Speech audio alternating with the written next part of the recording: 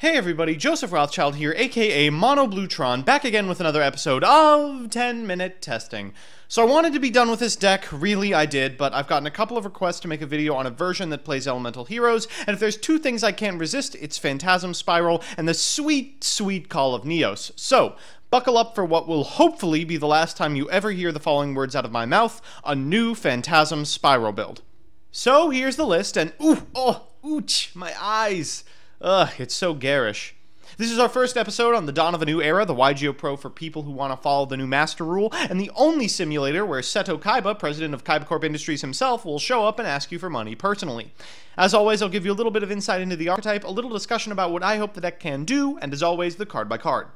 So firstly, Phantasm Spiral, as you are hearing for the third or fourth time on this channel, is an archetype of card centered around normal monsters, most specifically its flagship creature, Phantasm Spiral Dragon. Now, it's a deck that benefits from the inclusion of searchable normal monsters, and throughout Yu-Gi-Oh's 20-year lifespan, there have been a lot of awful, garbage, unplayable, but searchable normal monsters.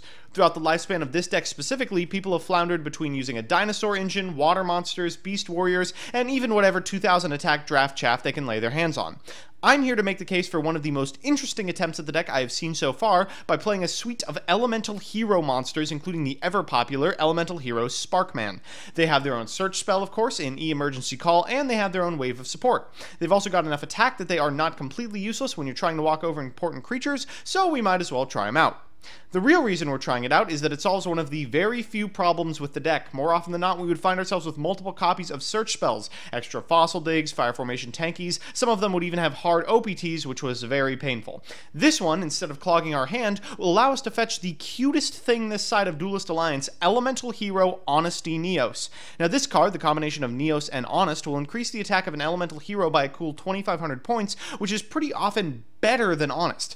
The rest of the deck is Stun Traps, Champion's Vigilance, the Solemn Quadrio, PS Battle, ways to get our field spell since our games are literal trash without them, Set Rotation and Terraforming, and the combo pieces, the Phantasm Spiral spells, Pacifist, and the big Dragaroni himself. So with that, let's look at the card by card. First, we have two of Phantasm Spiral Dragon. I hate looking up profiles and seeing three of these bad boys. You are never gonna need more than two, and the last thing you want is to see one in your opener. You'll always fetch them from grave in a worst case scenario anyways. Next is 3 SPARKMAN, and it's important to use the regular art.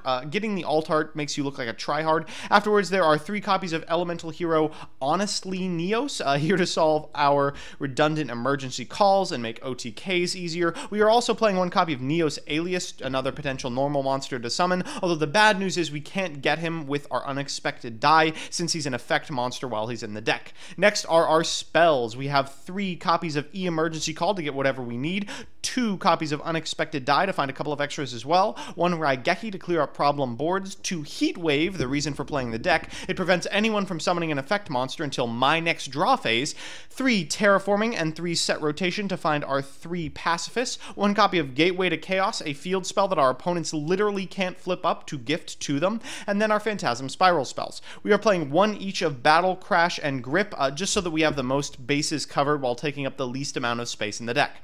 Finally, for traps, we have 3 copies of Battle, 1 copy of Power, 3 copies of Solemn Strike, 2 copies of Champion's Vigilance, and 1 copy of Solemn Warning. In the extra, we have a bunch of shit that I think it actively hurts us to make since it turns off our pacifists, but just in case, we have Hope Harbinger and Lancelot to push through damage with 8s, and all the good rank 4s, including the big Utopia suite, a Cowboy, and of course a Heartland Draco for very desperate times. With that, let's jump into the games. Our first match is up against Dark World Paleo, a deck that can't possibly be good, but was featured on TCG Player a couple of weeks ago and got me really hyped. I think the idea is that Paleozoic Dynamiscus doesn't actually require you to discard for cost, so it triggers Dark World's effects. Anyway, we've opened very well. We have a copy of Pacifist, which is great, a Terraforming if our opponent gets just a little bit of an itchy trigger finger on Oleanades, a copy of Heatwave, which is always nice to see, a SPARKMAN, and of course a Phantasm Spiral Battle. We should be able to take it with this hand. We'll go ahead and go second. Our opponent's going to set 3 and pass, which is not great news for us, especially when we really need to resolve a spell card, but hopefully it'll be enough. We'll go ahead and activate this Heatwave, which will immediately prompt a Morella out of our opponent getting a lost one they'll never be able to use. We'll go ahead and Terraforming for the second Pacifist, not wanting to give up information about having the other one in our hand. Off of the search, we'll get a Battle, set 2. Forget that it's the second turn and pass it back. Our opponent draws into an Oleanades, takes a Dream Allure of Darkness, and is rewarded. We go to activate the Pacifist effect. They will chain a Dynamiscus discarding this card in their hand, we're going to go ahead and chain our own Phantasm Spiral Battle, because I figure if they're getting a trigger off a Paleo anyway, I might as well destroy a trap that they just set. They're also going to use Leoncolia. I could use the other battle here, but I kind of want to play it out, especially when they don't have access to any effect monsters, due to the fact that they are still under Heat Wave. So our opponent goes into a couple of Paleozoic guys, which is great news for us, especially since we have the backup Pacifist in hand. We can go ahead and get one of our Phantasm Spiral Grips, attack into a Paleozoic, get ourselves a copy of Phantasm Spiral Dragon, do 1,000, attack over another Paleozoic, and attack over the third Paleozoic as well. This should be lights out for our opponent. All of their Paleos are banished. All they have is this Brow, which is not doing a whole lot, and one of the reasons why I think this deck isn't particularly competitive. We'll go ahead and walk over them, trigger the effect of Phantasm Spiral Grip, do 1,000, and then attack with one of our SPARKMAN for game. Our second match is up against Lightsworn Zombies, and this really showcases the power of this deck on the play. We've opened quite well with 12 ways to find pacifists. We are almost guaranteed to have one every opener, and this set rotation should do just nicely. We'll go ahead and fire off that set rotation, getting ourselves a copy of Pacifist and our opponent a copy of Gateway to Chaos. Normal summon this Sparkman in order to get ourselves a copy of Battle, set 3, and pass it back. Our opponent draws into, of course, a Lightsworn, turning on the 2 solar recharges in his hand. We'll get a token off of that and another copy of Battle, basically to play through anything they could possibly do. They'll special summon a Wolf and normal summon a Goblin Zombie, then enemy controller our token, which actually gets us another token. That's how that interaction works. Then they will go ahead and get a zombie to their hand with their copy of Goblin Zombie, Foolish Burial Mizuki to get the zombie back and go to battle phase. We'll go ahead and destroy the token with our first battle and the wolf with our second battle. Then they will pass it back to us. That's great news since we have a grip in hand. But we draw into one of the best cards in our deck, Sparkman, which gets us a copy of Crash. We'll cook the grip to a Sparkman and the Crash to a token. We'll attack with the Sparkman first, doing 1,000, getting ourselves a copy of Spiral Radiance Dragon. Then attack with the token in order to get ourselves a second copy off of Crash's effect. With this, we have way more than lethal, and after 34 and 16, we've done it. Our third match is up against Zodiac Kaiju, which is even worse for us than normal Zodiac. It doesn't seem like a particularly intuitive play to tribute over an elemental hero Sparkman for a Dagoran, but it's actually quite good against us. If there's an effect monster on our side of the field, we cannot use the Phantasm Spiral traps. So if our opponent knows this, they can put us in a crusty situation pretty quickly.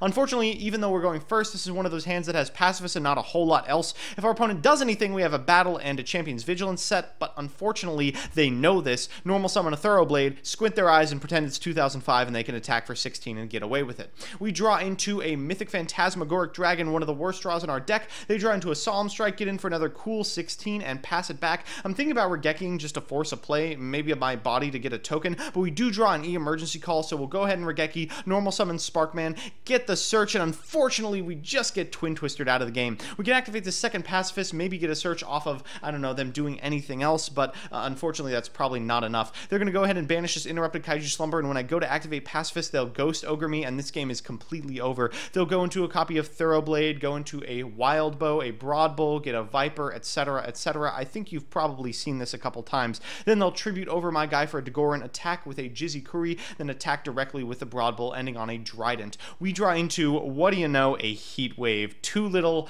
too late. So we're back with the deck. I mean, you know me, I love heroes.